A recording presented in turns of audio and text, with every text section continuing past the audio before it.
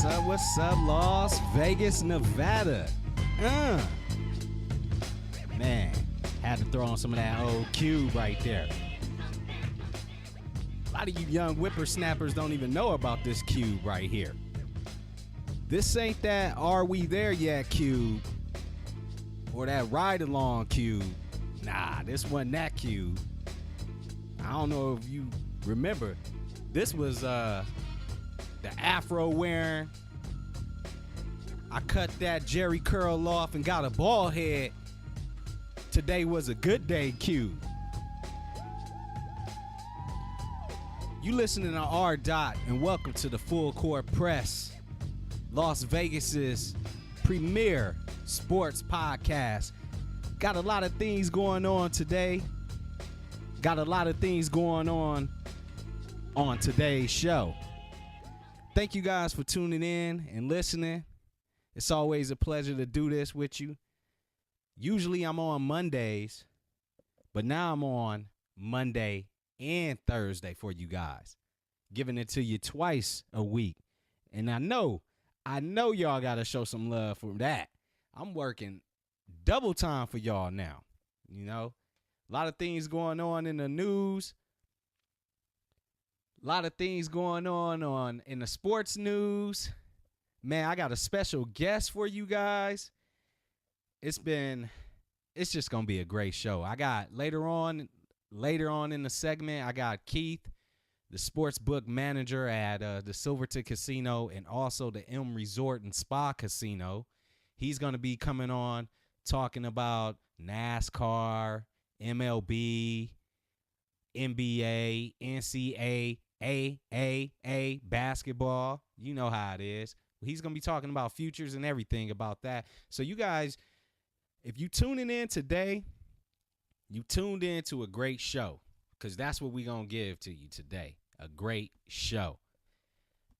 Man, had a pleasure of witnessing a lot of rap and a lot of hip-hop all my life. And today on our social media, we had a poll going on, and it had 1992 Ice Cube versus 1998 Jay-Z. And we're going to talk about that poll, the results of the poll, and what made those two specific years, why we talking about that and why is it relevant? You know what I mean? And then also I got some Raiders news.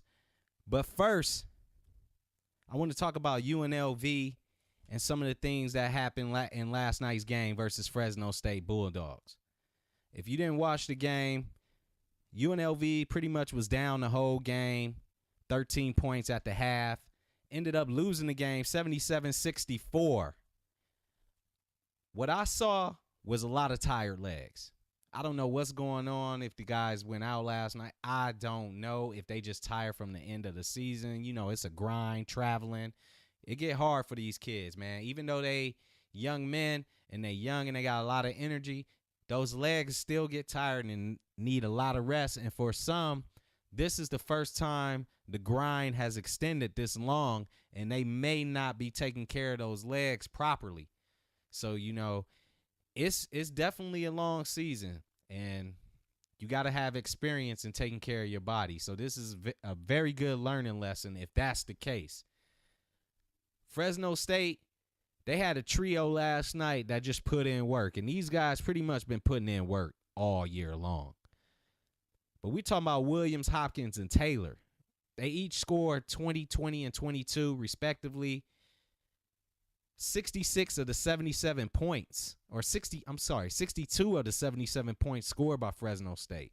So they pretty much came in to Thomas and Mack, handled business.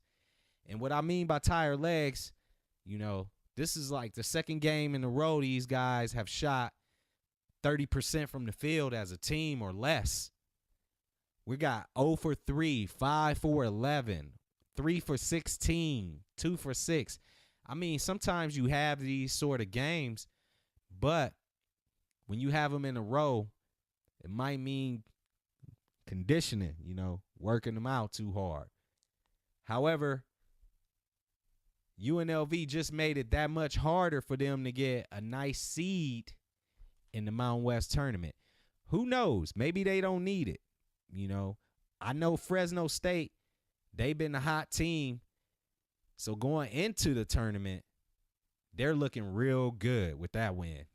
That puts them at 10-5 in the conference, 2 games ahead of UNLV. Well, a few games ahead of three games ahead of UNLV. UNLV sitting at 8-7 in the Mountain West, about 5 games back. And I thought Fresno State would be a game that they could win, even though it would be a tough game. I thought it would be a game that they could win, but I was sadly mistaken. Let's see if they can bounce back and go into New Mexico on Saturday and avenge those 2 losses. Try to close this thing out strong with the next 3 opponents: New Mexico, Nevada, Reno, and Utah State at the end of the year on March 3rd. So hopefully these guys get some rest and bounce back, man. That's all I can say. That was a tough loss at home. Vegas Golden Knights, they're coming off a loss against Anaheim. They lost 2-0 Monday. Bounced back Wednesday against Calgary, 7-3. Really a lot of shots on goal. Just pure domination by the Golden Knights. And it's basically how I expect them to respond after a loss. If you look at their record all season after a loss, they pretty much avenge them with a win, especially at T-Mobile Center. That puts them at 40-16-4. Their next game is this Friday, which is tomorrow, at T-Mobile versus Vancouver. There's a lot of seats available. So if you guys want to go down there and get tickets, might be something fun to do. Now, I told you guys I had a surprise for you guys. And you guys, I wanted to share that surprise with you guys and get them on the phone here. All right, Doc. Fresh, you with me? Yes, sir. Ladies and gentlemen, I want to introduce y'all or reintroduce y'all to my partner, Fresh. How you doing, Fresh? Oh, man, another day in paradise, all right, Doc. Oh, man, it feels real good. It feels comfortable. It feels like I'm back home again with you on the show, boss. Hello? Did I lose him? I might have lost him. No, I'm with you. Oh, okay. There you go. I said it feels good to have you back on the show, man. How you been? Oh, man, it's a pleasure to be back, man. I miss y'all and the listeners. Missed you and the listeners. Man. I've been pretty good, man. You know, I'm on the East Coast holding it down temporarily. What's that weather like? It ain't too bad. It's 42 and cloudy right now. 42 and cloudy for late January, where we at? Late February. We almost March, spring, huh? So it ain't too bad. All the snow has melted. Well, that ain't bad, man. Mild winter for you guys. Right now, today it is. Call me tomorrow, it'll be something different. You ain't never lied about that. So, man, I know you got a chance to look at the new format of the NBA All-Star Game. And I just wanted to get your quick take on it because we talked about it in our last show. But I wanted to get your quick take, man. And I really like the new format, and I especially enjoyed the game. Really. They put on a good show. I enjoy it. It was competitive. Good. And what do you think about the way that I would say LeBron James kind of stepped up and took the initiative and, set the tone from the gate that he was playing hard. So it kind of set the tone that everybody else started playing real hard as well. I think he had to because they've been taking a lot of flack from the media and fans. It's been disappointing here lately as far as the All-Star game. 180s and 190s, which was ridiculous the last couple years. So I'm glad they kind of got back to when I used to watch it as a kid, watching Magic and Zeke play, going at each other. True that. Now, man, I was telling my fans that we had a social media little debate, and I had a poll going out saying who was better. And the poll was 1992 Ice Cube versus 1998 Jay-Z. Who you think was better? You know, I'm old school. I'm going Ice Cube all the way. Like Ice Cube said in that song, we started this gangster shit. Is this the motherfucking thanks I get? So Jay-Z followed up what Cube already laid the foundation for, so I got to give it to Cube. Absolutely, absolutely. Now, those you don't know, in 1992, I believe Ice Cube saw some of his most success during that year. He had a couple of movies.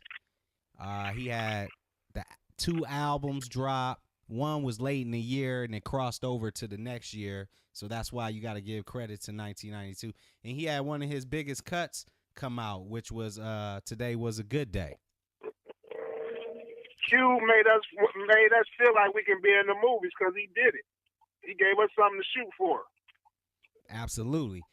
And then 1998, Jay-Z, he had his biggest hit in 1998. You know what that hit was?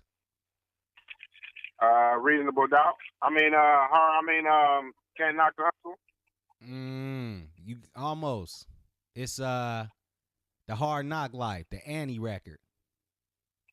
Oh yeah. The Annie single. That was his biggest. That was probably his biggest single, and definitely his biggest single to that date at the time, and that just pushed him into the stratosphere. After that, he never came down, and that was 1998. Ice Cube's biggest single as a solo artist happened in 1992, and he hasn't dropped really since. Yeah, Cube done took it to a whole nother level for the movies, and you know, Jay-Z done took it to another level too. So I took off my hat to both of them, but I got to go with 92 Cube because he kind of started, you know, transcending rappers in movies. Yeah, I kind of went with 92 Cube too. I felt like their careers kind of mirrored each other's, but I had to go with 92 Cube as well. I thought he was just a little bit crispier, and he did do the movie, so that kind of, you know, because nobody was really messing with rappers like that at that time, especially gangster rappers. No, we was taboo. Rappers was taboo. Yeah, people were scared of NWA. Real talk. You know, they was getting arrested for, you know, out here in Detroit. Absolutely, you know, I remember that. Yup, I remember that. Now, second half of the NBA season, man, what you see? I see the Timberwolves snatching that third spot in the West. That's a bold statement right there. I see San Antonio, if Kawhi don't come back, might fall to the 7th or 8th seed. A friend of mine told me Kawhi Leonard was done for the year, even though he was cleared to play. Yeah, it's starting to look like that. So Minnesota going to move into that spot. It's not going to be OKC or Denver. No, OKC might be 4 or 5. Do you see the Clippers moving up since the Pelicans lost DeMarcus Cousins? I think they may fight for that 7-8. And do you think the 7th or 8th seed, no matter who it is, has a chance against Houston or Golden State? Absolutely not. Now, 6 games tops. The question mark is this, though. Does that 6th seed have a chance against an inexperienced playoff team, Minnesota? Who is your 6th seed? What if it's someone like Portland? No, I still like Minnesota. Okay. Now, right now, the Milwaukee Bucks are sitting currently at the 6th seed. Do you see them moving up anywhere closer to the top 4? They better, because I don't think they want to see the Cavs first round that 3-6 matchup. They've won 7 of their last 10 before the break. They was the hottest team. They were one of the hottest teams in the East. It seemed like a lot of teams in the East got hot at the same time, even though they were talking about Cleveland. But Washington, Indiana, and Milwaukee all won 7 games out of 10, and Toronto was on a 9-game streak. Okay.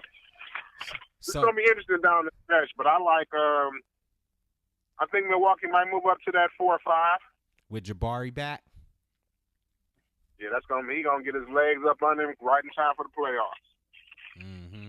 Now, where do you see your Detroit Pistons? Because right now they're knocking at the door. I don't think we're gonna get in. Too soon for you guys, you thinking? No, actually, I think if we need to get Reggie Jackson back. With no Reggie Jackson, it's gonna be tough. I'm not sure how long he's gonna be out. Reggie Jackson, yeah, that was a tough loss for y'all backcourt. Definitely. Even though a lot of people don't like Reggie Jackson at the starting position, however, he was a starter and he did put in work, so those points are missed. So you want him or Ish Smith as your starting point guard? As my starting point guard, do I want Reggie Jackson or Ish Smith? I got to roll with the veteran, Reggie Jackson. Right. You know what I mean? Big 3, so man. Those are our options. Big 3 basketball. If a lot of people been living under a rock, this whole we'll say this whole winter season, their off season, they've been making a lot of moves. They signed Amari Stoudemire. I heard that coming to the Big 3.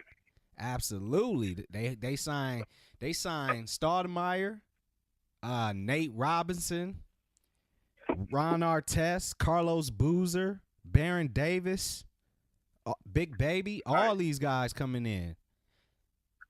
And they bringing everyone who was there last year back. This is about to go down.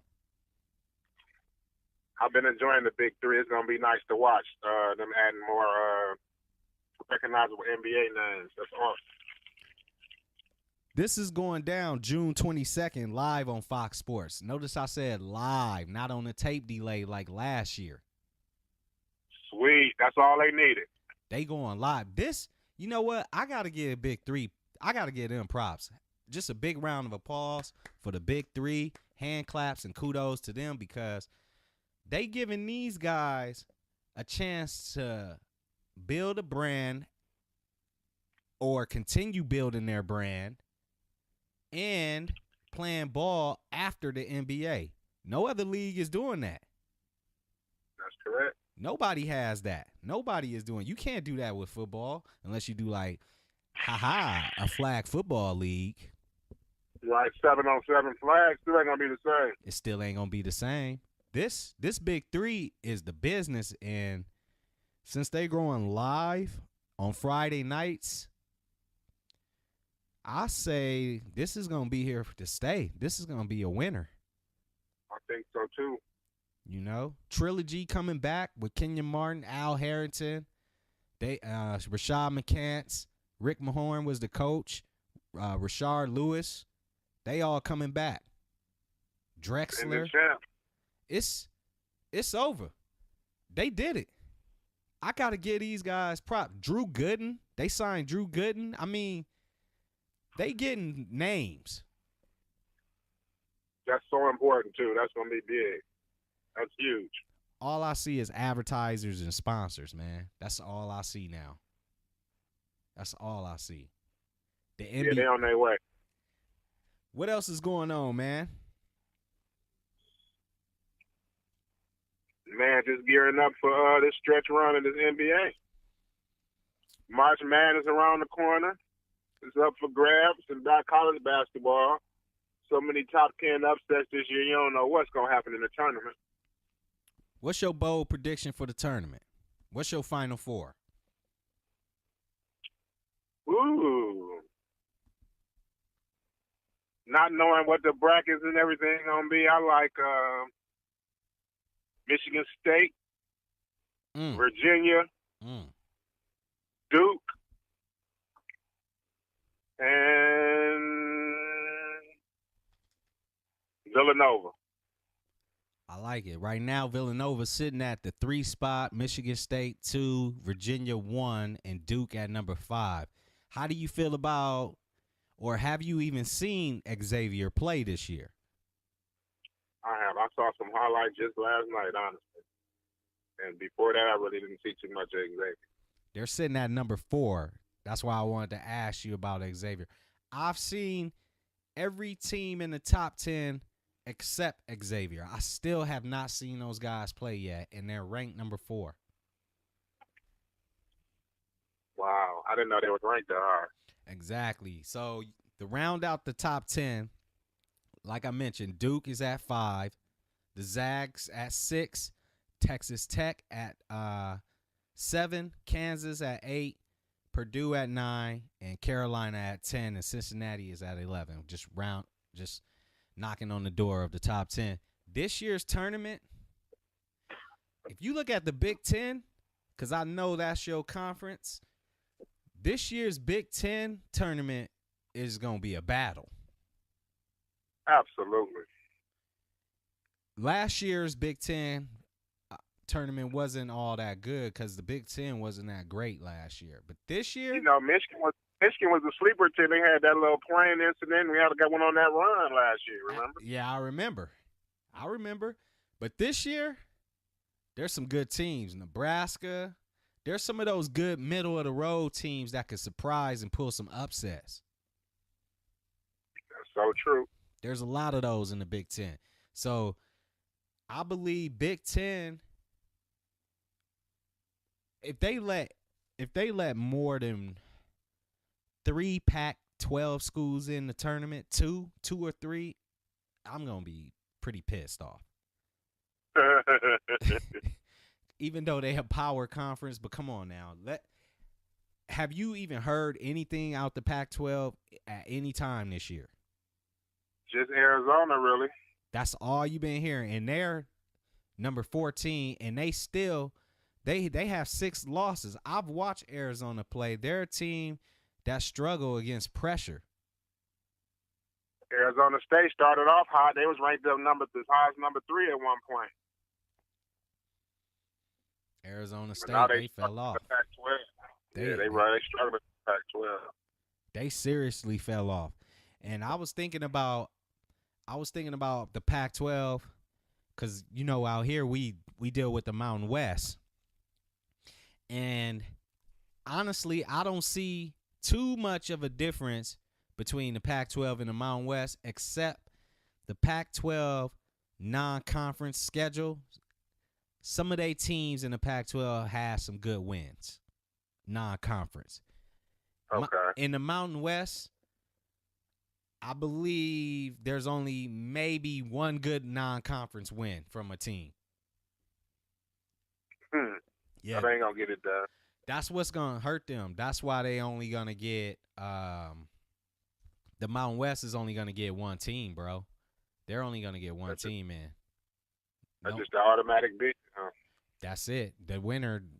That's it, man. The winner. So how's a lot of people don't know, but how's the clothing line going? Everything going good. We're in the process of to launch some new pieces in the next month or so for the spring. Them spring pieces, females, males, babies. Yeah, male and female. Kids coming soon. Where can they find that? They can go to FrederickLamar.com. Y'all heard it first, FrederickLamar.com. Look, man, it's dope for you to, get on the horn with me, man. I miss us in action, but it's always good to talk some sports. I appreciate it, man. Always a pleasure. Anytime, man. I'm always available. Give you my little small soliloquy on Thursday, for a few minutes. Man, are you happy that the NBA action is back tonight? I can't wait to see the Cavs Wizards. Ooh, Cavs Wizards tonight. Who you think? I'm going with the Cavs. I like the new little Cavs. I'm going with the Cavs too. I'm not even watching basketball until the Cavs lose. Oh, you might not watch it till it might be a minute. I know. I'm not watching NBA. I'm sorry. I should rephrase that because I'm watching college all day. I'm not watching NBA until the Cavs lose. And I don't think the Cavs going to lose in this month of February. Like I've been said last month that they will have a good February. They might lose in March. So I'll probably watch NBA in March sometime. Oh, okay. Let's see. There's the second game of the night besides the Clippers Warriors. That's what it is. Warriors got to get it together. They've been having a lot of turnovers. They was getting bored. They was bored. That's what they mouth saying, but that ain't what they plan was saying. We gonna see though. We gonna see. Cause I want. Oh yeah, they gonna turn it. Go ahead. I'm sorry. No, I said they gonna turn it up. All right, man. Look, thanks for calling in, hanging out with us, man. We gonna get you up out of here, so you can. Okay, that was a pleasure. All right, man. Take it easy. Fresh, y'all. All right, peace. All right, peace. Hey, you guys, that was Fresh, my partner. Look, it's crazy, but it's not crazy. I've been telling y'all, Cavaliers, all February was going to win. Some people believed the script, but nobody else really believed me. But that's how it is, man. This stuff, it happens like that for a reason. Just remember, every January, Cavs slip up. Every February, you heard me get tongue-tied. Every February, which is Black History Month, they do very, very well. Anyways, give me 30 seconds. We'll be back with Keith from the Silverton and the M Casino Sportsbook. He's going to run down the futures bets and all the odds and all that good stuff to win you some money. Y'all stay with me. 30 seconds, y'all. Full Court Press, R. Dot.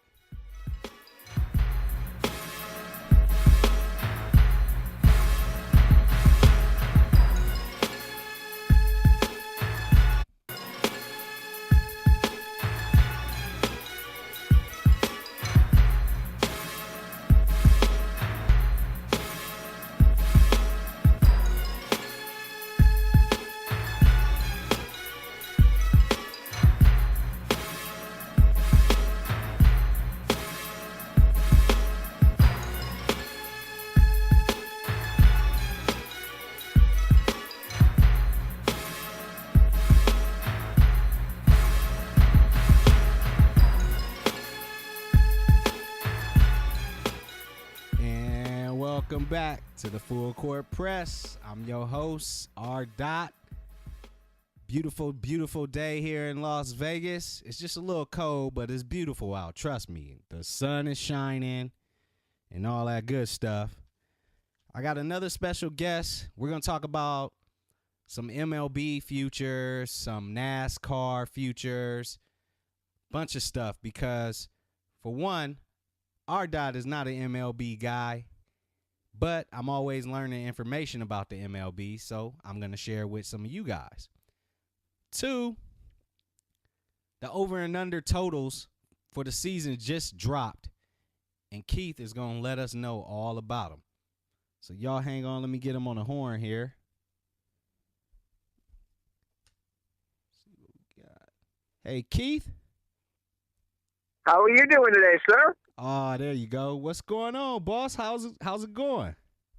Going really, really well. I agree with you. It's an absolutely beautiful day. I mean, it's 51 degrees, whatever it is, but it's February. It's supposed to be a little cold. I'm from Cleveland. If we got this kind of weather in February, we'd be out dancing in the streets. So I love it. Man, it's just a little brisk, but we can handle it. You know, I like it. Not bad at all. So, man, what's going on in the sports gambling industry, in the sports gambling world? I hear we got some nice things coming up as far as gambling and NASCAR. Yeah, I mean, it's been a little bit of a week off with the All-Star break. We kind of get a little bit of a chance to relax a little bit. Several of us took last weekend off, and there's just not a lot of activity on the All-Star game. Although, after this showing of the All-Star game, it might get more wagering activity in the future because it was actually a really good game. And hopefully that'll mean some more wagering activity for us next year. But, yeah, we're getting back into it. Looking forward to the Vegas NASCAR race in a couple weeks, and that's something that everybody in town does a really good job. Gets a whole lot of props on. Got a lot of different things to wager. We've got Major League Baseball, season win totals, divisions. All those things are out and ready to go. Of course, gearing up for March Madness, which, believe it or not, is only about 3 weeks away. And we're certainly getting ready for it. I can't wait for March Madness. And if you haven't tried March Madness here in Las Vegas, then you are missing out. Tell them, Keith. Yeah, there's not a better place to watch it. I saw a Twitter poll. Somebody asked, the national writer, would you rather go to a venue or be in Vegas for the first round? And I've had the privilege of doing both. When I lived in Cleveland, they had one of the regionals at what's now the Q. And it was amazing to go, and it was a great environment. But it's nothing like being able to watch all the games at one time with everybody cheering. I tell everybody, when I'm retired from this job, or if they, God forbid, retire me, I can't wait to come to a sports book and just veg out for 4 days during the first 4 days of March Madness. It's a wonderful, wonderful time. Absolutely. I have the same type of fun every time. Every March Madness, I'm clocked out. Once Thursday hit, I'm clocked out until the end of March Madness. Yeah, it's a great 4 days. And if you like action, there's certainly plenty of action to get. But even if you it's just great to be around all that energy. The energy is great. I mean, for those of us in the industry, we're working 17, 18, 19-hour days to make it happen. So, and you guys always bring it, so that's great. So I was looking at some futures in the NCAA tournament for teams to win. Okay. And I see here Xavier is at 25-1. You been taking a lot of action on that? Which team was that again? Xavier? Yes. Okay, yeah, they really have been kind of a hot team of late. An excellent coach. They traditionally are a Sweet 16, Elite 8 type team, just because they play tough basketball. They're really smart. Chris Mack gets a lot of kids in there that really understand basketball, and it's great to watch. This year, I think they're catching some more activity because the public is seeing that they're the same hard-nosed, strong, mentally tough team, and there's no other great teams out there. I mean, if you're looking at any college basketball, Villanova's really good, Duke's really good. Okay, I'll listen to the rest. I mean, Kansas can be beat just about any time, and they might not even win their league. They probably will win it for the 14th, 15th year in a row, but there was several times throughout the course of the season they might not have won it. So there's not a dominant team, and when there's not a dominant team, that's when you have the opportunity for some of these teams like Xavier and some of the others, maybe a Wichita State, people like that, to essentially sneak themselves into a Final Four. And once you have a Final Four, if you're sitting at 22-1, you've got great hedge opportunities, and there's a lot of really good things there. Now, about 3 weeks ago, the hot team and the hot guy in college basketball was Trae Young. Now, at the time, did you take in a lot of tickets for Oklahoma? No, because they had a really tough schedule left. Okay. He was doing really well against the non-conference in the early part of the Big 12 schedule. Everybody in the Big 12 can play, but they still had several tests left. I don't think anybody saw them going 2-7 or maybe 2-8 in the next 10 games. But I think he and probably his Oklahoma teammates in the basics, very Kruger coach team. That doesn't usually happen to his teams, but they've fallen apart defensively. Trae Young's never been a great defender, and he would tell you that. He knows that's the biggest thing he has to work on. But Oklahoma's fallen apart defensively. When teams that can't score are hanging 80 on you, that's a problem. And he can score all he wants, and he's gotten 40, 44 a couple times during this stretch, but they can't stop anybody. And that's why they're losing right now. Yeah, they're on a 9-game losing streak right now, 7 games. They're 2. I think they've lost 7 in a row. I think they're 2-9, 2-10, yeah, something like that. Yeah, it's not good. Now another team I was looking at, and is a good hard-nosed defensive team, but when it comes to tournament, they usually always have a tough time scoring against the more elite scoring teams. West Virginia, they're sitting at 45-1. Is that a good shot? Maybe. I don't think they can win 6 games. I mean, and that's what they'd have to do to win the tournament. And I don't think they can win 6 games with a completely limited offense. They'll be able to beat some teams, but some teams are just going to simply out-athlete them and outscore them. And they call themselves Press Virginia because they press for 37, 38 minutes per game. And it's no fun to play. And Bobby Huggins has done an amazing job there, but I don't think they can win the tournament. Now, did you see the Kansas-West Virginia game last week when Kansas, or was that earlier this week, when Kansas actually came back and had a great win, a comeback win? Yeah, I mean, that's Kansas, as I mentioned, they've been up and down. They've got a ton of talent, but they're not quite the same team itself as the years. But that's the type of team that can shoot threes, and that's the type of team on the board that West Virginia, even with as good as their defense is, just can't stay with. And the other thing to keep in mind for West Virginia and all these teams in the tournament that are defense teams, you know what I mean? They're there because they can stop people. And during the regular season, they play on Saturday and they play on Wednesday. So they've got their legs underneath them, and to play good defense, you have to have your legs. Come tournament time, you get one day. Between that Thursday, Saturday, or that Friday, Sunday weekend, you only get one day to recover, and I think that's going to be tough for a team like that. That's a good point. These guys are used to having those 3-4 days off between games and get that time to rest, but now they got to transition to playing basically back-to-back games. Right. I mean, and everybody has to do it, so it's an adjustment for everybody.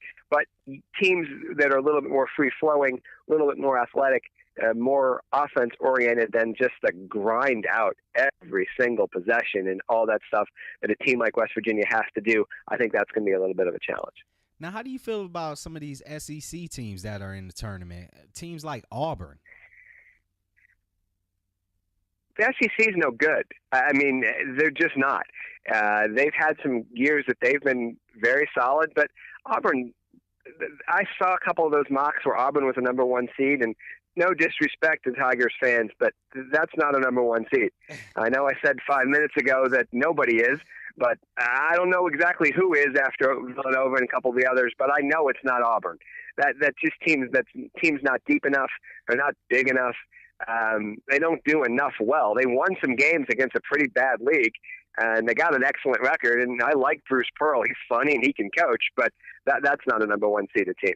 Yeah, I agree. They lost that with the quickness. Now, some of these smaller schools are making names for themselves and going up and down in the ranks. Teams like Rhode Island, Wichita State, St. Mary's, who's been there a few times, Houston, these teams, Middle Tennessee, these teams have any shot? I think Wichita State does. Greg Marshall might be the best coach in the country, and I say that with all respect to some of the other excellent coaches. Greg Marshall gets the most out of every player on that team, and as a coach myself, that's all you can ask for. His teams compete tougher than anybody, and they can play offense, they can play defense, they can play the transition game. They can do it all. That team's not a joke, and there's a reason they made a Final Four a couple years back. There's a reason Greg Marshall gets mentioned for every big-time job in America every year, and he stays because he's paid well and he knows he can win something at Wichita State. So I think they're absolutely worth a look. Unfortunately, I'm not the only one. Their odds are not as high as they had been in the past. There's people that are taking a look at them. I don't think Houston can get there, not quite deep enough. Middle Tennessee State's good enough to win a couple games. I think they could be a Sweet 16 team if they get the right kind of draw. I forget a couple of the others that you mentioned. St. Mary's.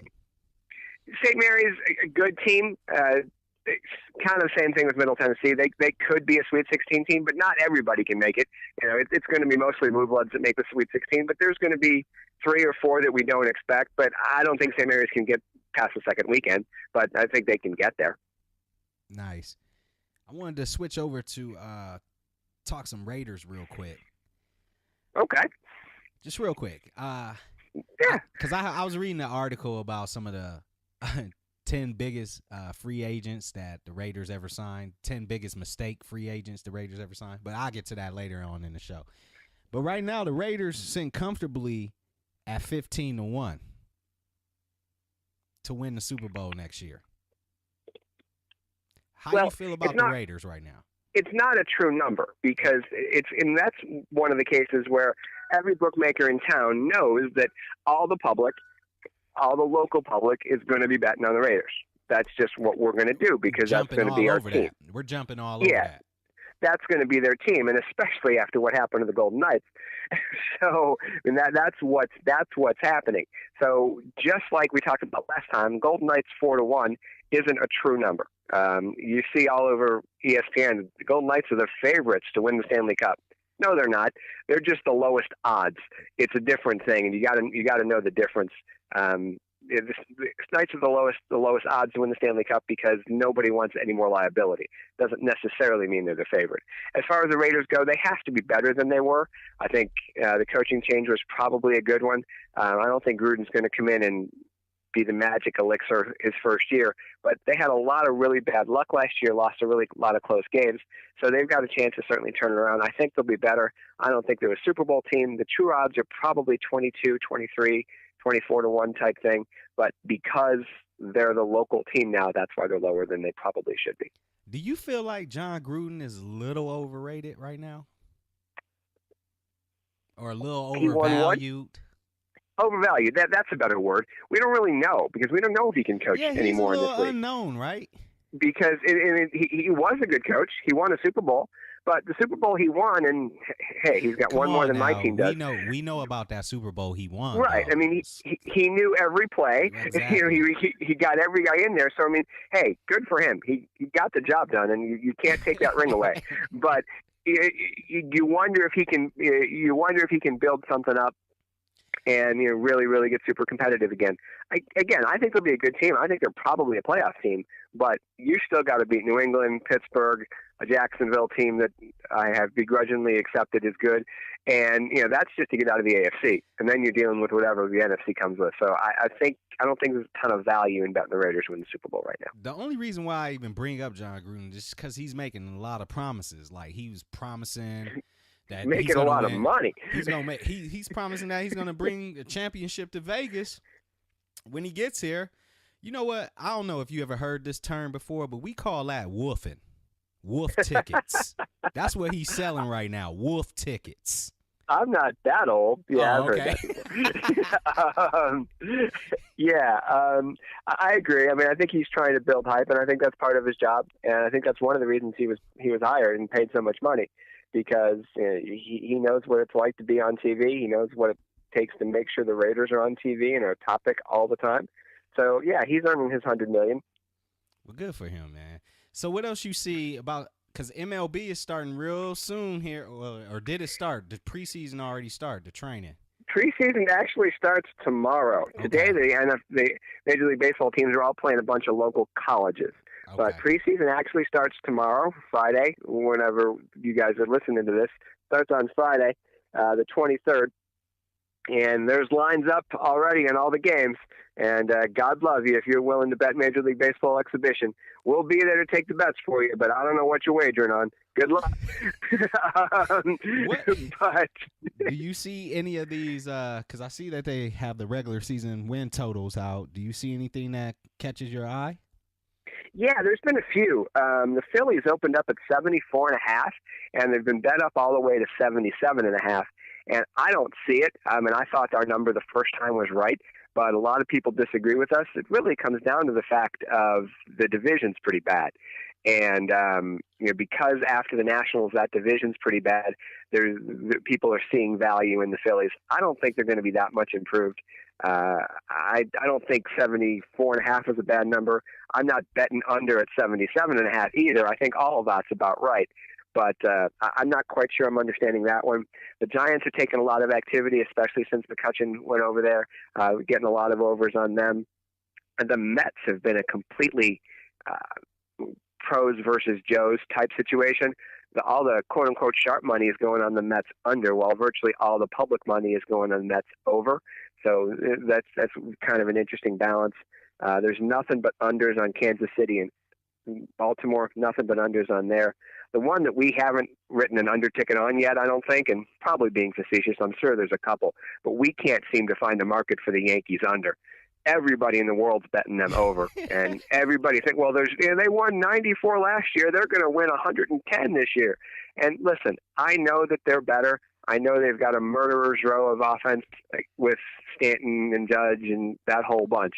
But to me, they overachieved a little bit last year. If you ask any Yankee fan what they wanted coming out of last year, they wanted 88, 85 wins, sneak into the wild card, go from there.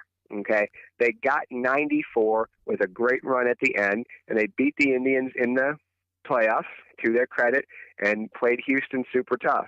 But to think that they are all of a sudden this super team surprises me. I think pitchers will catch up to Mike Judge. I think Stanton will have a harder time making the adjustment than people think. And the other thing I talk about, you think about Vince Young and the Dream Team. Think about all these super teams that Dan Snyder put together in Washington. And I know football and baseball are different, but whenever one of these all-star free agent teams gets together, it doesn't usually work. So I am betting Yankees. They never win. I'm betting Yankees under any ways that I can, and I do not understand that. They're sitting at 95.5, 96 for God's sakes. Wow. Going up. I talked to a guy this morning. He says, "Oh, they'll win 105 easy." Wow. So, just think about that sentence. 105 easy. What if somebody gets hurt? I like Yankees under. I can't believe anyone would ever use the two words easy and gambling together. There's nothing easy in this business ever. No, it's not. All right, before I get you out of here, I got a couple questions. Two more questions. One question is this. Did you see Black Panther movie? Not yet. I, like a lot of folks in the industry, took last weekend off.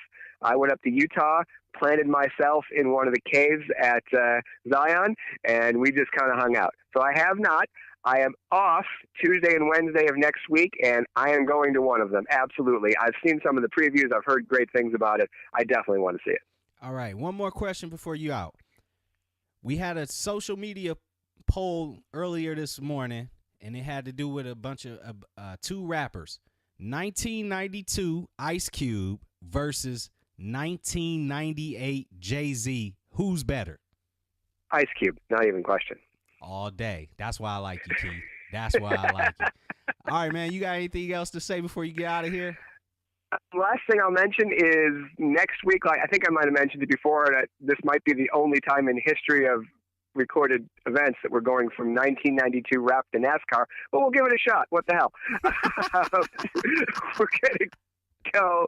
Just reminded everybody, next week is the Vegas NASCAR race, and CG Technology, and I will be part of it. We're going to be offering a ton of different wagering opportunities. We'll have matchups. We'll have odds to win the big race, the junior race. We'll have a whole bunch of different stuff. And aside from the Daytona 500, which was really good for us last week, if you like NASCAR, if you like to bet on NASCAR, next week is a great, great week to be in town. Well, there you have it, folks. Thanks, Keith, for hanging out. Ladies and gents, Keith from the Silverton Sportsbook and at the M Casino and Resort Sportsbook here in beautiful Las Vegas. I'll holler at you later, boss. All right, man. Thanks a lot. That was fun. All right. See ya. Woo, man. A lot of information right there. A lot of information.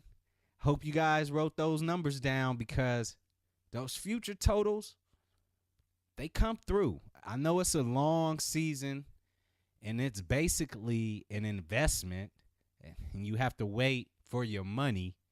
But just put it away. Forget about it. Put the ticket in that Folgers can and just forget about it. But when the time comes, when it's November, October, because that's when the baseball season ends. I know we can't even see it right now because it's only February, but yes, they end in like October, November.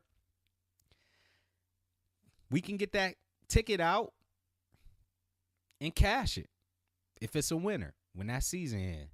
And it'll be some great money for you, and you'll be like, wow, I forgot about this investment. Or it could be on the flip side. Could put in a ticket, and it could be doomed from the get-go. If somebody gets hurt, like what Keith said, and there's no way to get that money back. Now, I hinted something to you guys earlier in our conversation between Keith and I. And it was the Raiders. I had read this report about the Raiders and some of their top 10 worst free agent signings. And this is from the Mercury News out in Oakland. I'm sorry, Oakland. Because sometimes I read newspapers. Because, I mean, let's be honest. The Review and Journal, it's cool, but we only got so many things going on here in Las Vegas. I got to read other newspapers. Anyways, I wanted to share some of these names with you guys because some of these names I thought were pretty good. Maybe they got this kind of wrong. You know what I mean? Like, all right, so I'm going to just start from the top 10 here. So, number 10, they got cornerbacks. They got two. It's a tie. Ron Bartell and Shante Spencer. All right? Born on the same day. Blah, blah, blah. Y'all know the story between those two guys. All right. Ted Washington. All right. I know y'all remember Ted Washington. He was coming off that Super Bowl title with New England. You know, he just didn't work out because 3-4, 4-3. And the Raiders paid him all that money. Just happened like that sometimes, you know. Then you got linebacker Curtis Lofton. Y'all remember him? I know y'all remember Curtis Lofton. He was a bad pickup. Then, also, a name that I forgot about. I forgot he even played with the Raiders until I saw this name, because when I see this name, I always think of like Atlanta, the Falcons. Ray Buchanan. Big Play Ray. Y'all remember him? He was the guy that replaced Rod Woodson after Woodson had retired. You know, they paid him a lot of money. You know, he had one interception the whole year.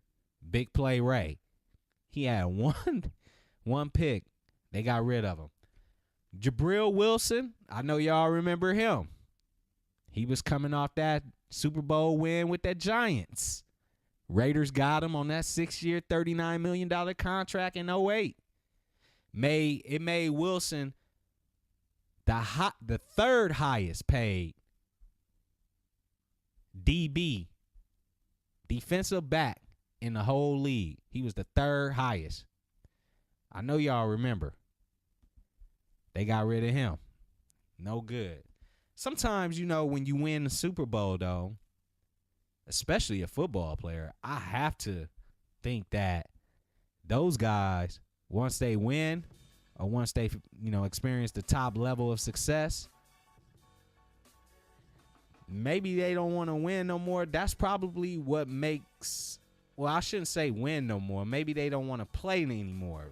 Or maybe that drive isn't there. You know, once you win one in football, maybe the drive isn't there like in basketball. That's what made Tom Brady so crazy cold, because he always want to win no matter what. And he's just got that drive to keep playing football.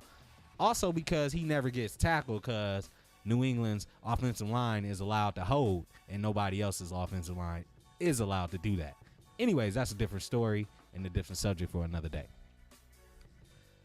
Number 4, Desmond Howard. They calling him a bust because he didn't do anything while he was a Raider. He had his best years past him by the time he got there. Aaron Brooks. He ended up 0-8 as a starter. They paid him $9 million his first year. He got paid. Larry Brown, MVP, after he intercepted Neil O'Donnell of the Pittsburgh Steelers. You remember. He got paid a lot of money by the Raiders. You guys got to take a look at this article. And then Javon Walker. Wow.